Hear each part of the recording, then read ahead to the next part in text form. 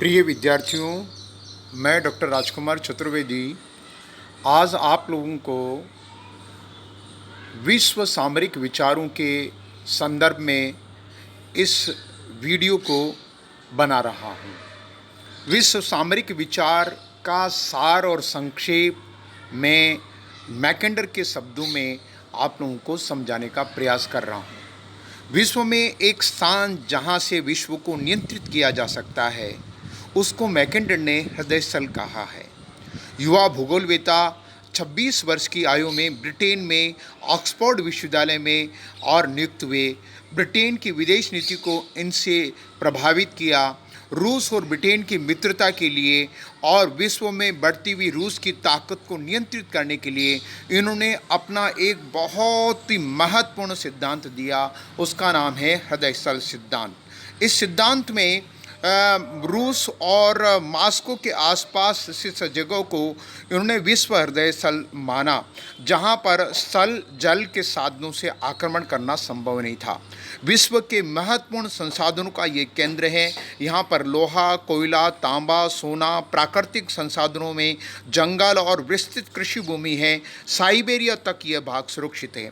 अपनी बात को उन्होंने इतिहास का भौगोलिक ध्रुव पुस्तक में 1904 में प्रकाशित किया। उनका मूल विचार था, मैं ये विचार आप लोगों को पढ़कर सुना रहा हूँ, आपको ऐसा ही इसको याद करना चाहिए। जो पूर्वी यूरोप पर शासन करता है हृदय स्थल को नियंत्रित करता है। जो हृदय स्थल पर शासन करता है वह विश्वद्वीप को नियंत्रित करता है। जो विश्वद्वीप पर शासन करता है वह विश्व को नियंत्रित करता है। उनका अर्थ था हृदय स्थल मध्य एशिया के बीच में स्थित है। हृदय स्थल के पश्चिम में पूर्वी यूरोप की सीमा है, दक्षिण में भारत और चीन की सीमा है और दक्षिणी पश्चिमी भाग में साइबेरिया के और कालाहारी के मरुस्थल को और बीच में जो सीमा बनती है उसके बाद में अफ्रीका है। इसलिए इस बात को उन्होंने बहुत ही महत्वपूर्ण और विश्व का हृदय स्थल माना। इसके उत्तर में वोल्गा, डैन्यूब, नीपर और ऐसी महत्वपूर्ण 6 नदियां हैं जो उत्तरी महासागर में गिरती है, उत्तरी ध्रुव महासागर में गिरती है। उन्होंने कहा विश्व में यह देश विश्व का 1/4 भूमि वाला भाग है और इस भाग में अत्यंत महत्वपूर्ण खनिज संपदा और विद्यमान है।